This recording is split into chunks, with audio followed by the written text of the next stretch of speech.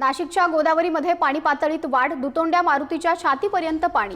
गंगापूर, नांदूर, मध्यमेश्वर, दारणा धरणातून मोठा विसर्ग।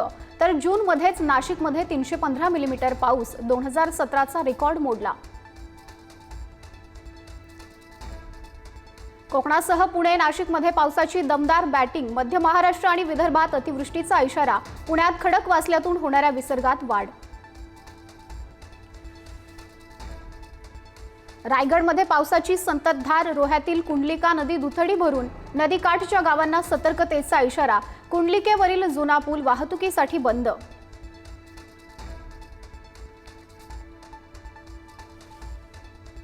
माळेगाव सहकारी साखर कारखान्याच्या निवडणुकीची मतमोजणी सुरू। अजित पवार आघाडीवर। तिहेरी लढतीत कोणते पवार बाजी मारणार याकडे लक्ष। ठाकरेंच्या शिवसेनेत भास्कर जाधव नाराज असल्याची चर्चा। तर महाराष्ट्राच्या मनातलं ओळखणाऱ्यांनी भास्कर जाधवांच्या मनातलं ओळखलं का? संदीप देशपांडेंचा उद्धव ठाकरेंना खोचक टोला। हिंदी सक्तीवरून राज्य सरकारची तूर्त माघार। त्रिभाषा सूत्रासंदर्भात राजकीय नेते, पालक संघटना, साहित्यिक, भाषा तज्ज्ञांशी चर्चा करूनच अंतिम निर्णय। कालच्या बैठकीत मुख्यमंत्री फडणवीसांचा निर्णय।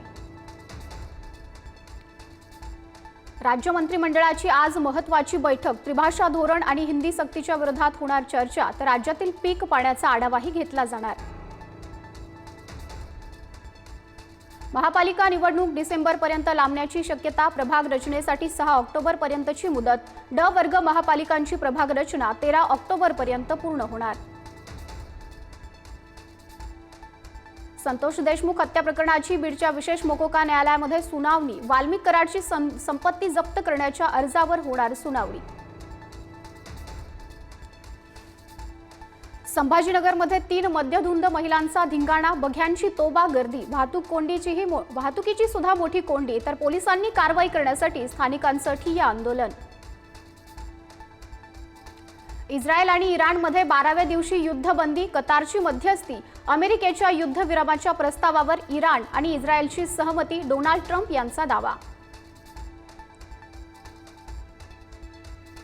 युद्धबंदीचा अमेरिकेचा दावा इराणनं खोडला। लष्करी कारवाई थांबवलेली नाही, शस्त्रसंधी झालेली नाही। इराणचे परराष्ट्र मंत्री सय्यद अराक्चींची एक्सपोस्ट। तर पुन्हा इस्रायलच्या तेल अवीववर इराणचा हल्ला। युद्धबंदीच्या निर्णयाआधी इराणचे कतारमधील अमेरिकन हवाई तळावर हवाई हल्ले। मध्य पूर्वेतील अमेरिकेच्या सर्वात मोठ्या लष्करी तळाला लक्ष्य। कतारचं हवाई क्षेत्र बंद।